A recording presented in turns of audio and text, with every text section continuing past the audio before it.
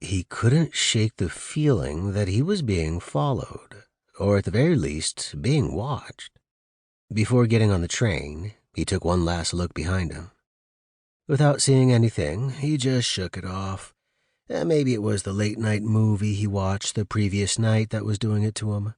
It was a thriller in which everyone was out to get the hero, who narrowly escaped at every turn. Brandon Hall was a 28-year-old single guy, fresh out of the military, wanting to start his own business. With not having any family to reconnect with or a wife or girlfriend to come home to, he figured now was the right time to start that business. He had nothing to hold him back. He just attended a business conference in San Diego to get some marketing ideas and make some contacts. Since it was only a little over 2 hours back to Anaheim by train, and since he'd never taken one before, he thought he'd try taking the scenic route back home. Little did he know he was about to embark on a trip he'd never forget. Once Hall got on the train and found his seat by the window, he put his headphones on and listened to some music as he tried to enjoy the ride. It was a quiet ride for most of the way, with the seats next to him and behind him not being taken. It seemed like the train was about 3/4 full. Hall's nice quiet ride was interrupted with about 30 minutes to go until the train reached the Anaheim station. The empty seat next to him had now been taken, with Hall giving a quick glance at the burly built man with the shaved head and goatee sitting down beside him. Hall then turned his head back toward the window, not giving the man another thought.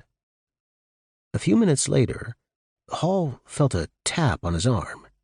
He looked over at the man, who seemed to be giving him a nod like he wanted to talk. Hall took his headphones off and let them drape around the back of his neck as he listened to what the man wanted. "You need something, man?" Hall pleasantly asked, a smile on his face.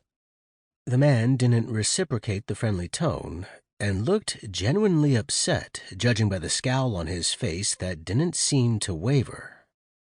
"Where's the stuff?" What stuff?"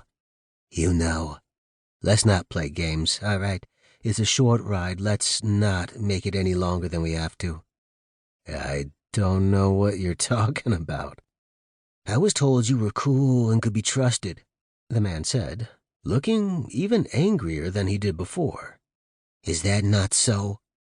Hall sort of shrugged, not really knowing how to answer. He was beginning to think the man had some sort of mental problem. He was certain he'd never seen or interacted with him before. "What do you want?" "I don't want any problems with you, okay? Just give me the stuff and we can both be on our way." "What stuff?" The man looked straight ahead and sighed, deeply annoyed with the games they were playing.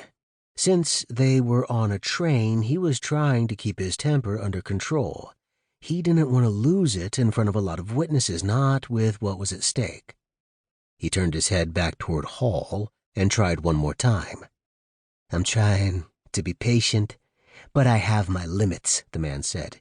"Just give me the stuff now, and we can go our separate ways." "What stuff? I don't know what you want." The man let out another sigh, quickly losing the battle with his temper. "I'm about done with this."